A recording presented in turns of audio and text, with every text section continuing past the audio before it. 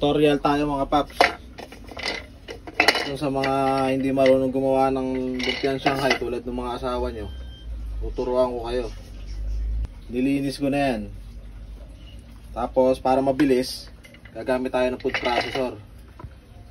Ayan, paglalagay lang natin yung mga tinadtad natin na mga gulay-gulay na yan. Diyan na natin dudurugin yan. Siyempre yung mga carrots, lilitan nyo para di mamualan yung food processor nyo. Lalo na pagka mumurahin lang. O kaya ay pag gumana.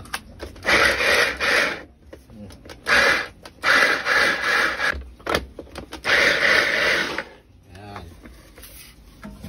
Pagka durog na, siyempre lalagay nyo ngayon dun sa inyong giniling. Ayan.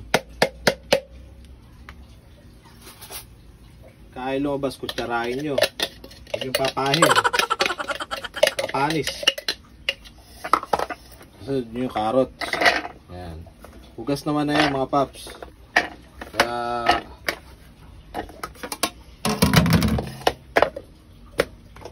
okay lang kamay-kamay niyan. No?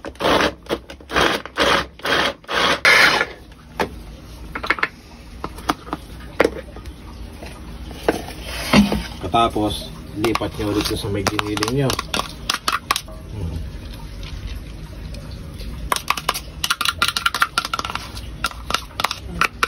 Yun lang kadali yan. Hindi natin papahirapan yung mga sarili natin.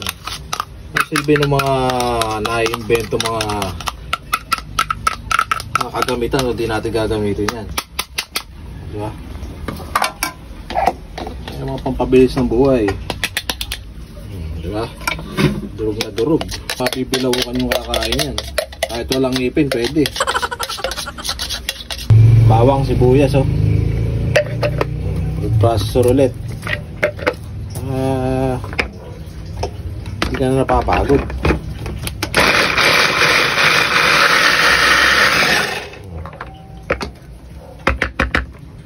Tulad, di ba?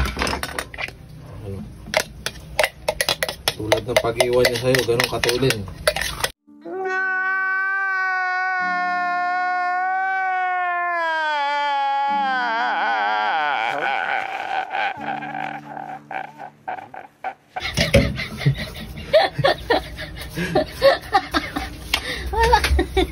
Buisit ka. Ilang baboy ang matigas pa. Ipoprosin pa pala yan. Tayo na kasi. Prosin pa pala yung baboy. Hindi na natin i-edit yung video na yan. Tanga na, paganda yung pa yung video na, wala man nanonood. Huwag kayo iiyak. Maganda pa yata yung mga gantong video. Puta na, tunay na nangyayari.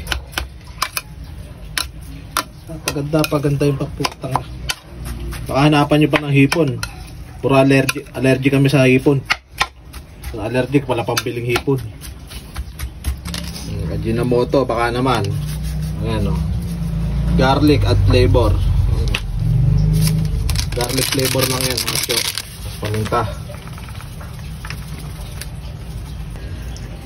Konting ano lang, puti ng itlog. Hiwa-hiwalay. Konting suka para iwas panis. Patis, pampalasa.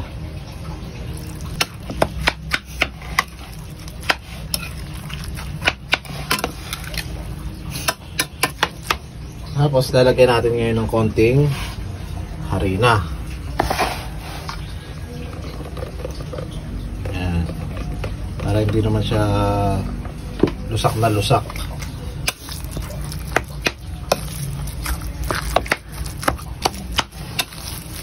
Lagyan natin ng konting sugar para sweet. Gago!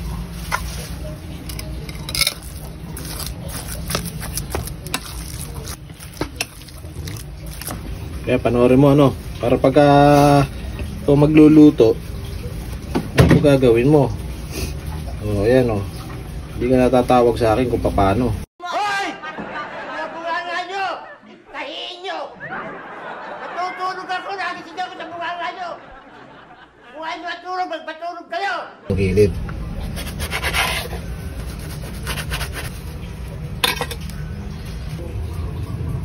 Ilalagay ko muna yan. O, ayun yung mga pinutol nyo. Tapos ipapatong nyo yan. Tsaka nyo ngayon i-rolling para hindi pumulsit mo sa gilid. Pantay-pantay yan mga paps pagka ganyan ang ginawa nyo.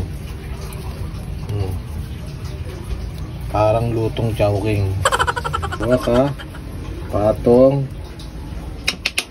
Sa inyo na yan kung gaano nyo karami gusto nyo ilagay. Kung gusto nyo sinlaki ng turon, pwede.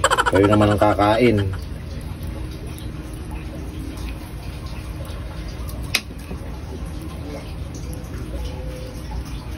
Patong-patong lang yan. Tapos igaganyan mo. Yun o. Napakasimple. O, diba? Pantay ulit. Yan, di rolling nyo. Tapos babasahin nyo lang yung dulo nyan para hindi malagpos. Yan lang. Anong hari-hari na yan.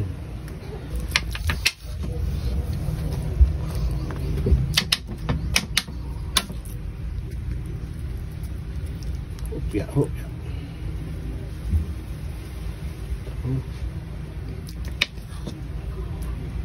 Hanggang sa gilid.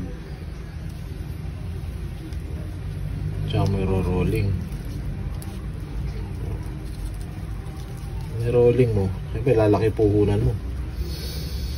Rolling eh. Basahin mo ulit.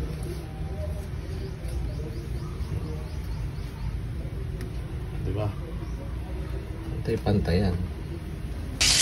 So yun mga gar, ano, nakatapos na tayo mag balot ng lumpia. Naka 14 pieces tayo. Tapos pinipirito na. Pinipirito na niya yung lumpia natin. Yan o, tingnan nyo naman yung lumpia o, kung gaano ka perfect ang pagkakagawa. Parang turon na maliit. Yun lang mga paps. Thank you, thank you.